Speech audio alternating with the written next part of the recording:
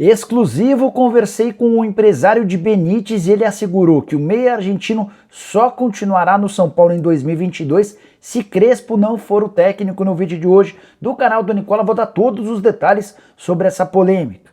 Bora falar também sobre o Palmeiras, que foi amassado pelo Bahia e só não perdeu graças a Jailson. Palmeiras em crise técnica e crise comportamental.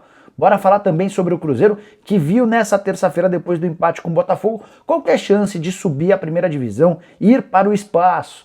Trago ainda informações importantes a respeito do Atlético Mineiro, que negocia os name rights de seu centro de treinamento com 3 empresas. Todos os detalhes daqui a pouquinho. Para completar, falo também sobre o Rafinha, que virou a laranja podre do vestiário no Grêmio. Informações importantes a respeito desse bastidor, sobre a vitória do Red Bull Bragantino, sobre as quartas de final da Copa do Brasil, ou melhor, do Campeonato Brasileiro Sub-20, além de várias outras coisas. Tudo isso a partir de agora.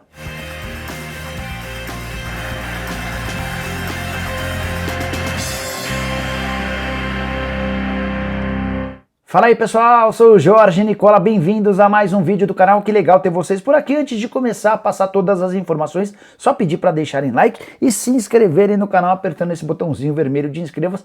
Aproveita e ativa também as notificações para passar a ser avisado toda vez que a gente fizer vídeo novo ou programa do Nicola. Por falar em programa, a gente entra ao vivo nessa quarta-feira, depois que a rodada acabar por volta das 11h20 da noite. Conto com a presença de todo mundo, beleza? Agora sim, bora começar o vídeo, não sem antes dar um último toque super importante.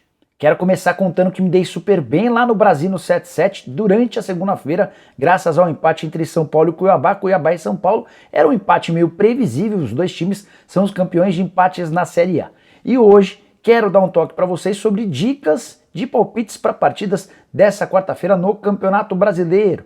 Tem Flamengo e Atlético Mineiro e Flamengo, os líderes do campeonato, jogando dentro de casa. Estou mostrando para vocês as cotações das vitórias do Atlético e do Flamengo. Se você ainda não apostou, minha sugestão é que você entre no Brasil no 777 e aposte na vitória conjunta do Flamengo e do Atlético. A vitória do Flamengo contra o Juventude está pagando R$ 1,35, já a vitória do Atlético contra o Santos pagando R$ 1,47. Sempre lembrando que no Brasil no 777 você tem 250% de bônus no valor do seu primeiro depósito. É disparado o melhor bônus do mercado. Se você, por exemplo, depositar R$ 400, passa a ter em bônus mais R$ 1.000, com uma banca total de R$ 1.400, aumentando consideravelmente suas chances de se dar bem. Não fique de fora dessa para ter acesso ao bônus. Vou deixar o link no comentário fixo. Você também pode usar esse QR Code que eu estou mostrando para acessar o bônus a partir de agora. Outra coisa legal do Brasil no 777, o Pix é utilizado como método de pagamento para facilitar todas as coisas. Então, não fique fora dessa, aproveite as minhas sugestões para se dar bem no Brasil no 777. Bora começar o vídeo com um giro de notícias, iniciando pelo Red Bull Bragantino, que venceu na noite dessa terça-feira, na abertura da rodada, o Atlético Goianiense por 1-0 dentro de casa. Curiosidade é que o Red Bull não vencia como mandante há 5 partidas. O único gol do jogo foi marcado pelo ex-cruzeirense Jadson, que nunca havia balançado as redes como profissional. Com a vitória, o Red Bull Bragantino pulou para o 3º lugar na tabela de classificação, 41 pontos conquistados. Já o Atlético Goianiense chegou à 3ª partida sem vitória no Campeonato Brasileiro. Outra coisa que eu queria destacar é a entrevista que Jorge Jesus deu em um congresso que está sendo realizado em Portugal. O JJ deixou bem claro que foi a partir da chegada dele ao Brasil que começou-se a pesquisar, trabalhar e intensificar a questão tática no país. Para ele, até então, o futebol no Brasil era muito técnico e ignorava a parte tática. Isso valia para jogadores, para treinadores e também para membros da imprensa. No grupo de WhatsApp dos técnicos brasileiros, esse foi o grande assunto da terça-feira, muita gente irritada com o JJ. Bora falar agora sobre o Campeonato Brasileiro Sub-20, que já tem os seus 8 classificados para as quartas de final. A última rodada da fase de grupos aconteceu nessa terça-feira e a partir de agora eu te falo sobre os confrontos. O Flamengo, dono da melhor campanha, pega nas quartas de final o Vasco da Gama, o 8º colocado. 2 partidas, primeiro jogo na casa do Vasco, segundo jogo na casa do Flamengo. O outro confronto tem o Palmeiras, vice-líder da competição, contra o Internacional, 7º colocado. É a primeira vez que o Inter consegue chegar à fase de mata-mata do Campeonato Brasileiro Sub-20. O Atlético Mineiro, 3º colocado, vai enfrentar o Botafogo, que terminou em 6º. Já o São Paulo, comandado pelo Alex, que durante boa parte do campeonato de fase de grupos liderou a competição, acabou terminando em quarto e enfrenta o Atlético Paranaense, o quinto colocado. Outros destaques sobre esse brasileiro sub-20. O artilheiro isolado da competição até agora é o Gabriel Silva, atacante do Palmeiras, que já chegou até a jogar pelo profissional. Até esse momento ele tem 13 gols em 14 partidas. Também queria destacar que o Campeonato Brasileiro Sub-20 tem vários atletas bastante interessantes. Se você ainda não assistiu, dá uma olhada nas partidas, tenho certeza que você vai gostar. Bora falar agora sobre o Rafinha. Que história é essa de que ele é a laranja podre no vestiário do Grêmio? Informação divulgada em seu canal no YouTube pelo Leonardo Meneghetti, que é o apresentador dos Donos da Bola no Rio Grande do Sul, um dos caras mais respeitados da mídia esportiva em Porto Alegre. O Meneghetti foi bem claro ao afirmar que o Rafinha assumiu o papel de líder do Grêmio depois de ter sido indicado e contratado pelo Renato Gaúcho e desde então tem trabalhado de forma negativa. Thiago Nunes e Felipão teriam sofrido nas mãos do Rafinha com esse comando paralelo.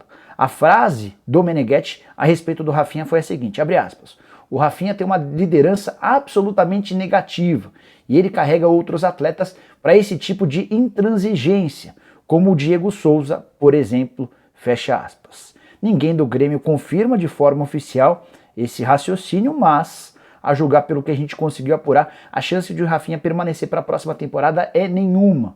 Os dirigentes do Grêmio entenderam que a opção da continuidade do Rafinha seria um grande equívoco. Ele tem atuado como lateral esquerdo, o lateral direito titular é o Wanderson, e de fato, além do custo de R$500 mil por mês, toda essa relação muito conturbada no vestiário parece não estar ajudando o Grêmio nem um pouco. O time é o penúltimo colocado do Campeonato Brasileiro, só 23 pontos conquistados, vai precisar fazer pelo menos 22 pontos nos 15 jogos que ainda disputa. Bora falar um pouquinho sobre a Série B, mais especificamente sobre a situação do Cruzeiro. Na noite dessa terça-feira praticamente terminou o sonho do torcedor da Raposa de ver seu time voltar à primeira divisão.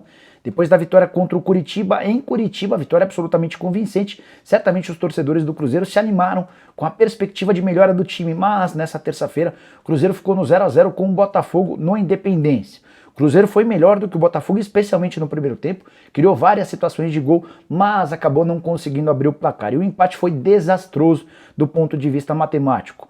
O Cruzeiro se manteve na 11ª colocação, 39 pontos conquistados em 30 jogos. Acabou de abrir a 30ª rodada, vai ver todos os seus adversários jogando ainda, tendo a possibilidade de pontuar. E o pior é que o Cruzeiro, nesse momento, está 9 pontos atrás do Goiás, que é o último time no G4. Dessa maneira, o Cruzeiro, nos 8 jogos que ainda disputa, vai precisar de uma campanha muito próxima da perfeição. Precisaria praticamente vencer todas as partidas, até porque o Cruzeiro é o campeão dos empates. 15º empate nessa edição da Série B.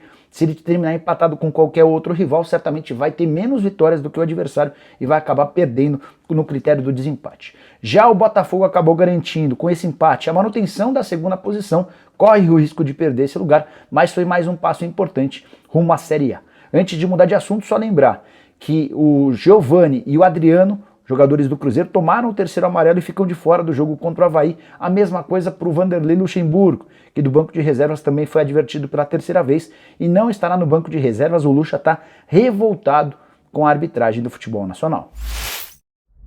Bora falar agora sobre o Palmeiras, que voltou de Salvador com um ponto na bagagem, mas foi amassado dentro de campo. Outra atuação horrorosa do time do Abel Ferreira, especialmente no segundo tempo, só deu Bahia. E o Palmeiras só conseguiu um empate graças a uma enorme atuação do Jailson, que já vinha sendo cornetado pelo torcedor alviverde, mas em Salvador pegou até pensamento. O 0 a 0 faz com que o Palmeiras chegue a 5 partidas sem vitória no Campeonato Brasileiro. Segue na lanterna do retorno do Campeonato Nacional, 5 pontos conquistados em 7 jogos. Para piorar, essa campanha tem 1 vitória, 2 empates e 4 derrotas, 24% de aproveitamento dos pontos. O Palmeiras ainda tomou 12 gols desde o retorno, desde o início do retorno. Time em fase muito ruim, acaba de perder a 3ª colocação para o Red Bull Bragantino. O Red Bull Bragantino tem 41 pontos, o Palmeiras estacionou nos 40 pontos e o Verdão ainda corre o risco de ver outros clubes ultrapassarem nessa rodada. Certamente os próximos dias vão ser de muita tensão e mais pressão em cima dos dirigentes, Por que o Maurício Gagliotti não se manifestou? Onde estão Anderson Barros e Cícero de Souza, os homens do futebol que até agora não se pronunciaram? Os caras estão achando que está tudo bem? Pelas redes sociais, entre conselheiros e entre diretores, o clima é de enorme insatisfação. Vou dar uma informação de bastidor. Leila Pereira, próxima presidente do Palmeiras, também está bem chateada com a forma como os jogadores têm se comportado em campo. E se os caras acham que não vai haver consequência essa péssima fase, eles estão enganados. A chance de uma reformulação enorme. Se o Palmeiras não ganhar a Libertadores da América, essa chance é muito grande. Aí só para falar sobre o outro lado, o empate também não foi dos melhores para o Bahia, que segue na zona de rebaixamento, 17ª colocação com 27 pontos ganhos em 25 jogos. Ao menos para o torcedor do Bahia fica o alento de que o time, sob o comando do Guto Ferreira, tem jogado muito mais bola. Depois da vitória por 2-0 contra o Atlético Paranaense, o Bahia merecia os 3 pontos contra o Palmeiras. Quero falar agora sobre o Atlético Mineiro e a negociação para vender o nome do centro de treinamento do Galo. A cidade do Galo, como é comumente chamada, terá um nome de uma empresa. Consegui a informação junto a uma pessoa importante do Atlético de que o Galo negocia nesse momento com 3 empresas diferentes. O pessoal do Fala Galo chegou a dar a informação de que o Banco BMG é o favorito para fechar com o Atlético nesse momento. Essa fonte que eu consultei dentro do Galo afirmou que de fato existem conversas com o Banco BMG, mas existem outras 2 empresas na concorrência. Qual que é a ideia do Atlético? O Atlético desenvolveu um projeto bem legal para o seu centro de treinamento. A primeira ideia é modernizá-lo, criar ainda mais estrutura para os atletas. No segundo momento, a ideia do Atlético é transformar esse polo num polo de receita. Como? Permitindo que o torcedor visite o centro de treinamento, criando uma loja para que sejam consumidos produtos, criando restaurantes temáticos ligados ao Atlético Mineiro. Todo esse projeto vai custar cerca de 20 milhões de reais. E as obras vão começar assim que o Atlético conseguir confirmar a venda dos name rights do centro de treinamento. Então os próximos passos são os seguintes: escolher qual a empresa que vai ter direito aos name rights, utilizar essa grana para iniciar as obras e, num futuro não tão distante, com o centro de treinamentos pronto, transformar esse CT em outro polo de engajamento com o sócio-torcedor. Entre as iniciativas previstas estão a possibilidade de sócios torcedores terem acesso a treinos exclusivos em algum determinado momento do mês. Isso seria certamente um enorme atrativo para que as pessoas se tornassem sócias torcedoras do Galo. Bora fechar o vídeo com uma informação exclusiva do São Paulo. Conversei com o empresário do Martim Benítez, o Adrian Castelhano, e ele contou que o argentino está muito chateado com a sua situação. Antes de explicar em detalhes essa história, é só contextualizar. O Carlos Belmonte, que é o diretor de futebol do São Paulo, deu uma entrevista na terça-feira, foi na segunda-feira, ao Estádio 97, para falar que o São Paulo negocia com o Independiente a renovação do contrato de empréstimo com o Benítez. Está emprestado até dezembro, o São Paulo na teoria precisaria comprá-lo, mas o Belmonte disse que o São Paulo não tem condições financeiras e trabalha junto ao clube argentino para estender esse contrato de empréstimo. O que eu fiz? Entrei em contato com o Adrian Castelhano, que é o empresário do Benítez, é o cara que cuida da carreira do Benítez há bastante tempo. Foi ele quem, por exemplo, o levou para o Vasco e depois o levou para o São Paulo, para saber em que pé estava essa negociação. Se o Independiente, por exemplo, toparia ceder o Benítez por empréstimo por mais uma temporada. E eu me impressionei com algumas das respostas do Adrian Castelhano. Começar falando sobre outras ofertas. O Adrian Castelhano me contou que o Benítez já tem 3 propostas de clubes brasileiros muito interessados em contar com o jogador por empréstimo para a próxima temporada. Nesse momento, o Benítez não pode mudar de clube. A partir de janeiro do ano que vem, quando seu contrato de empréstimo com o São Paulo terá acabado, ele pode se mudar para um outro clube brasileiro. Agora a frase mais importante desse papo que eu tive com o Adrian Castelhano. Ele falou o seguinte, abre aspas, com o Crespo, o Benítez não vai ficar, fecha aspas. Depois de ouvir a declaração, perguntei o porquê dessa afirmação e o Adrian Castelhano afirmou que o Benítez está muito incomodado com a pouca utilização feita pelo Crespo em relação a ele. O Benítez tem noção de que não fez um bom jogo contra o Fortaleza, o jogo da eliminação na Copa do Brasil, mas assegura que o atleta está 4 quilos abaixo do peso na comparação com os tempos do Vasco e que a condição física dele é muito boa. Então, o fato de o Benítez não estar jogando com frequência é uma opção técnica e não por questões físicas. E o empresário ainda deixou bem claro que ele e o Benítez respeitam a opção do Crespo de não utilizar o jogador, embora entendam que seja meio esquisito o Benítez não ser utilizado mesmo com o São Paulo rendendo tão pouco. Tricolor hoje muito perto da zona do rebaixamento. A lógica do Adrian Castelhano e do Benítez é a seguinte: não há por que ficar no São Paulo se o Crespo continuar, porque o Crespo não vai utilizar o Benítez como se imaginava. Até porque o Benítez é o único meia atacante do time e tem sido muito mais reserva do que titular. Desde o início da temporada, sob o comando do Crespo, o Benítez só completou 3 jogos durante os 90 minutos.